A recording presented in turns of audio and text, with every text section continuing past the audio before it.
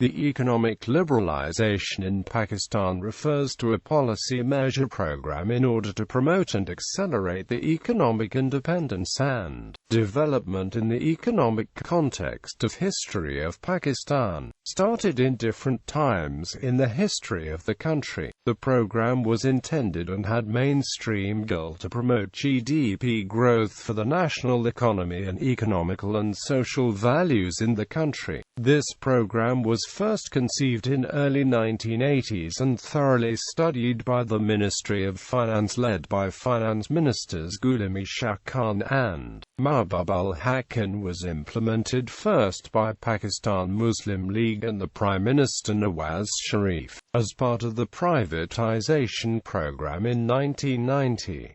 The program of economic liberalisation, as one of the counter-policy measure proramme, came in a direct response to nationalization program of Pakistan People's Party in the 1970s. After the 1993 general elections, the program was halted and reversed by Prime Minister Benazir Bhutto and the People's Party after the Pressler Amendment went into complete effect and force, that led the economic and financial crises in Pakistan. A much powerful socialist capitalism version was adopted in order to secure the revenue and financial capital of existing state-owned enterprises, with enforcement of nationalization and privatization at once. Second attempt was again attempted by the Pakistan Muslim League and Prime Minister Nawaz Sharif after securing exclusive mandate during the 1997 general elections,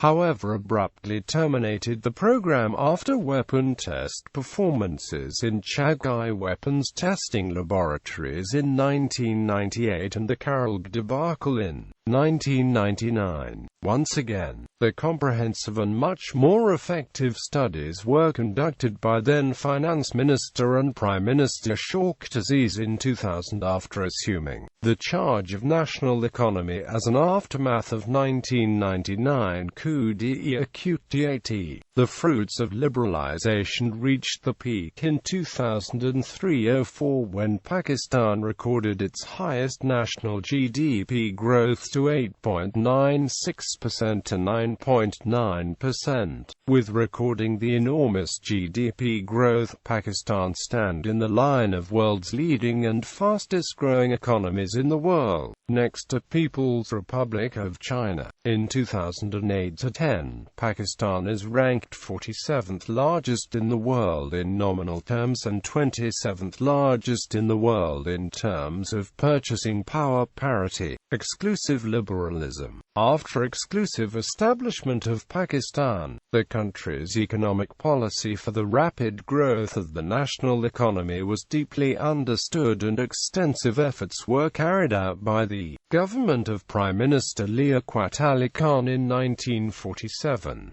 Since 1947, economic officials of government have sought a high rate of economic growth in an effort to lift the population out of poverty, first viewing rapid heavy industrialization and strong and powerful private sector as necessity and quick economic solution. At the partition in 1947, Ali Khan's government lacked qualified technical personnel, financial institutions, and natural resources to play a large role in developing the economy. Policies were goaded in the road of liberalism and state intervention at once to promote the national growth. The 5-year plans of Pakistan resembled planned and central planning exclusively restricted for the military contracts, power and energy sector, and manufacture and operation of railroad network, telephone, telegraph, and wireless equipment. The rest of the sectors were left for the private sector ownership management. However, the efforts to liberalize the economy waned due to amid social and political unrest which led to the first martial law in the country. President Ayub Khan took many initiatives for liberalizing the economy and successfully supervised the promulgation of the 1962 constitution that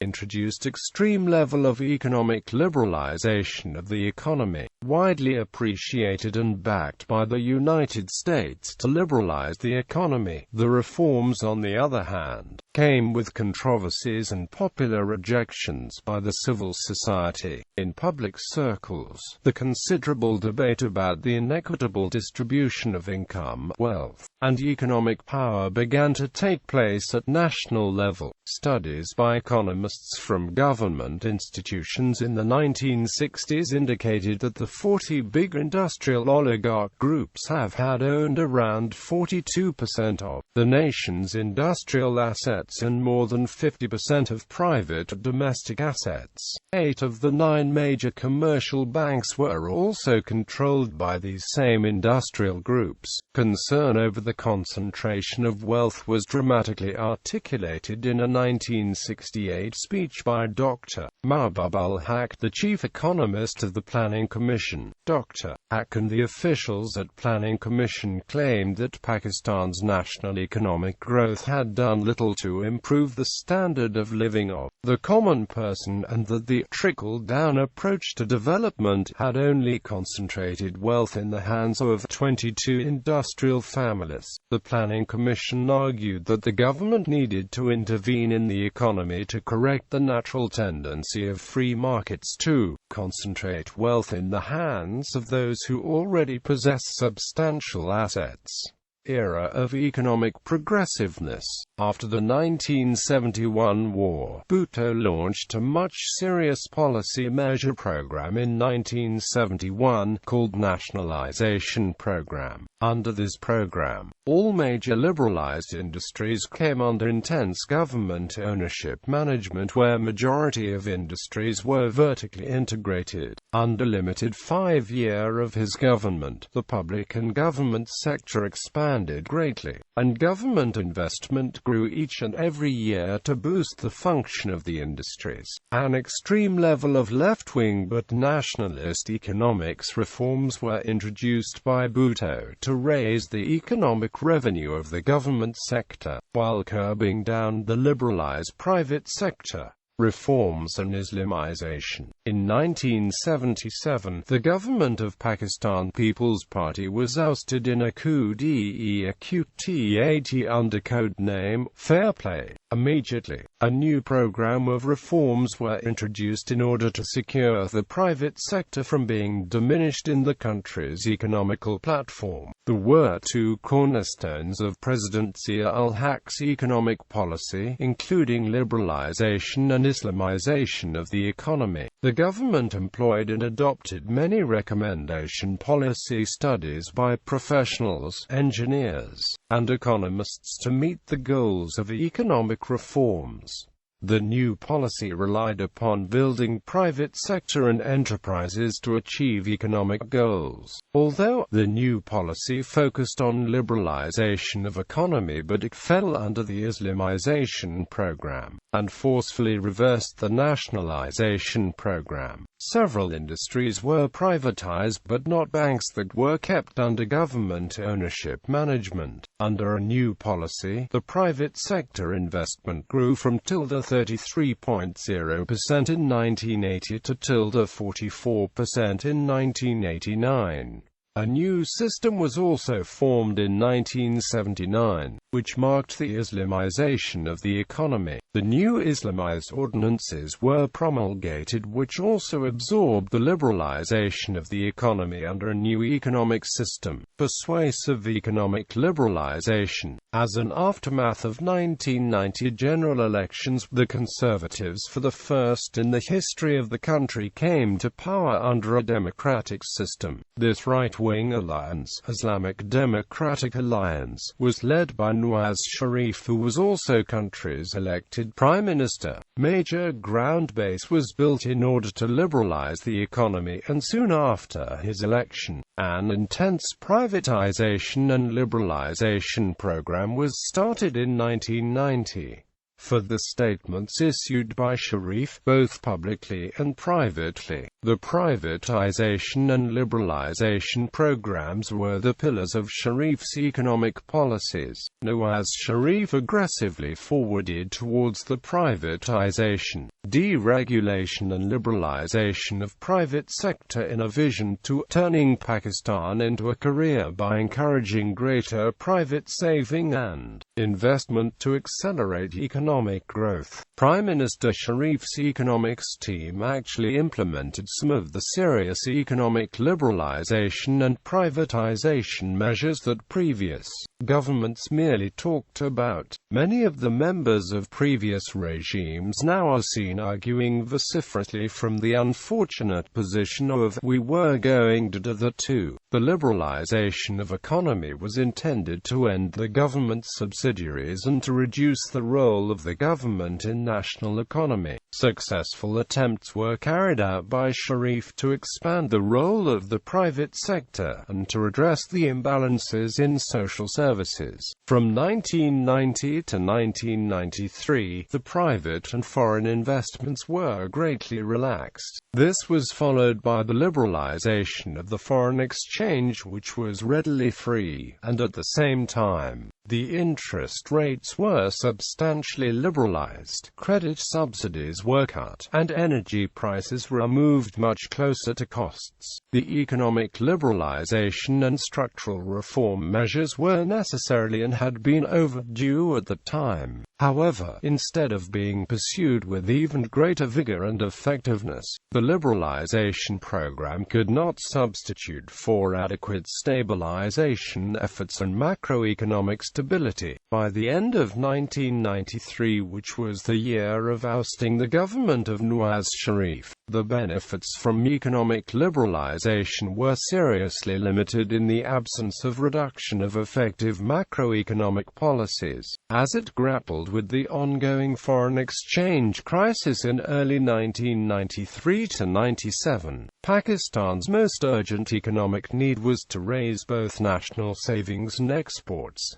Era of economic stagflation. The United States-based Pressler Amendment and the Asian financial crisis severed the economic conditions in Pakistan. The growth of the economy relatively slowed down in the year 1993 to 97. The country failed to attract the foreign investors to boost the economy. Responding to the crisis, Benazir Bhutto tightened the control of megacorporations while on the other hand, continued the privatization of mediocre industries to private sector. For the period 1994 to 96, the level of corruption heightened and the charges against Benazir Bhutto gained currency. In midst of 1993, Benazir Bhutto embarked on ambitious medium-term program 8th five-year plans that was aimed to adjust the macroeconomics principles to alleviate the national economy, but it had produced the short-lived outcomes, and in 1994-95 the country had performed the economic results below its potential. Major concessions were made in taxation and monetary policies, and the annual budget clearly confirmed the pause in the process of adjustment and reform, eliciting an adverse market reaction. This policy participated in sharp rise in unemployment and rapid deterioration in the external reserves position, bringing the country back to the brink of a foreign exchange crisis in October 1995. In 1996-97, Pakistan have ranked and regarded as highly in-debt developing country by the international financial organizations. This led the dismissal of Benazir Bhutto's government, and the return of Nawaz Sharif with an exclusive mandate in the 1997 general elections. Sharif again put forward the aggressive privatization and liberalization program, starting first with new monetary and taxation policies. At government level, the private sector was given much support and the public sector was declined under Sharif's new economic policy. Sharif's government liberalized the exchange rate policy, and residents and non-residents in the country were allowed the open foreign currency accounts with banks and NBFIs. However, such policies were short-lived when Pakistan, under the leadership of Nawaz Sharif, ordered to perform nuclear tests in a direct response to Indian nuclear aggression, which led the imposition of UN embargo on both states. Attainability of capital liberalization. After the 1999 coup d'etat, the new civic military government brought the role of Shaukat Aziz as appointed finance minister, who was destined to become country's successful technocratic prime minister in 2004-07. The new economic liberalization efforts began in 2000 after a year of careful studies. A powerful and aggressive liberalization program was launched with major state-owned enterprises, banks, and other industries were put in private sector ownership management, particularly after 2001. The country went rapid rise in economic development and its GDP rate heightened first time in 1992. Shaukat Aziz aggressively implemented economic liberalization policies despite labor unions' resentments and reserves. For the first time 1980s, the GDP growth rate reached to 9.0%, one of the highest growth rate in the world. Period of stagflation and general impact in South Asia. Although the economic liberalization process in the country took off with great ground success, but in the 1990s, the targets were not successfully achieved because of the certain monetary obstacles and financial anomalies.